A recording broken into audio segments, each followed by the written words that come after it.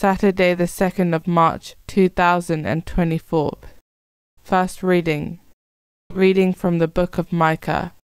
With shepherd's crook, O Lord, lead your people to pasture, the flock that is your heritage, living confined in a forest, with meadow land all around. Let them pasture in Bashan and Gilead, as in the days of old, as in the days when you came out of Egypt. Grant us to see wonders. What God can compare with you, taking fault away, pardoning crime, not cherishing anger forever, but delighting in showing mercy. Once more have pity on us. Tread down our faults to the bottom of the sea. Throw all our sins. Grant Jacob your faithfulness, and Abraham your mercy, as you swore to our fathers from the days of long ago.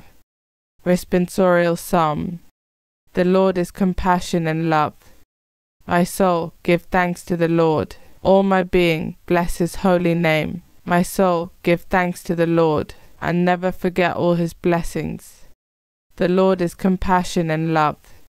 It is he who forgives all your guilt, who heals every one of your ills, who redeems your life from the grave, who crowns you with love and compassion. The Lord is compassion and love.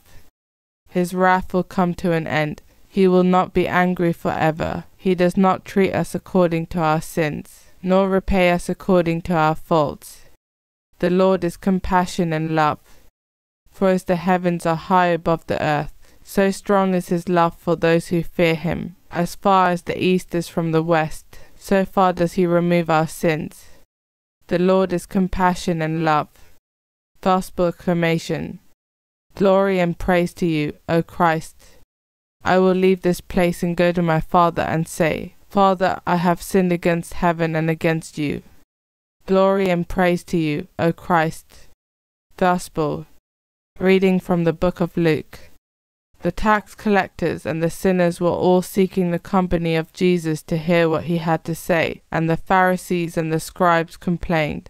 This man, they said, welcomes sinners and eats with them. So he spoke this parable to them. A man had 2 sons. The younger said to his father, Father, let me have the share of the estate that would come to me. So the father divided the property between them. A few days later, the younger son got together everything he had and left for a distant country where he squandered his money on a life of debauchery. When he had spent it all, that country experienced a severe famine, and now he began to feel the pinch, so he hired himself out to one of the local inhabitants who put him on his farm to feed the pigs. And he would willingly have filled his belly with the husks the pigs were eating, but no one offered him anything. Then he came to his senses and said, How many of my father's paid servants have more food than they want, and here am I dying of hunger. I will leave this place and go to my father and say, Father, I have sinned against heaven and against you. I no longer deserve to be called your son. Treat me as one of your paid servants. So he left the place and went back to his father. While he was still a long way off, his father saw him and was moved with pity. He ran to the boy, clasped him in his arms, and kissed him tenderly. Then his son said, Father, I have sinned against heaven and against you.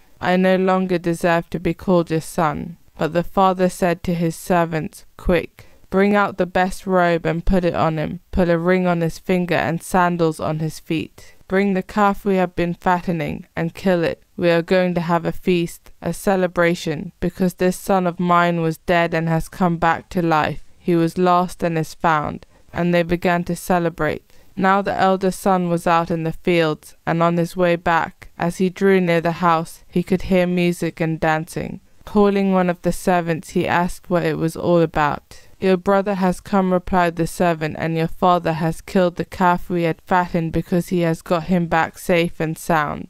He was angry then and refused to go in, and his father came out to plead with him. But he answered his father, Look, all these years I have slaved for you and never once disobeyed your orders, yet you never offered me so much as a kid for me to celebrate with my friends. But for this son of yours, when he comes back after swallowing up your property, he and his women, you kill the calf we had been fattening. The father said, My son, you are with me always and all I have is yours. But it was only right we should celebrate and rejoice, because your brother here was dead and has come to life. He was lost and is found.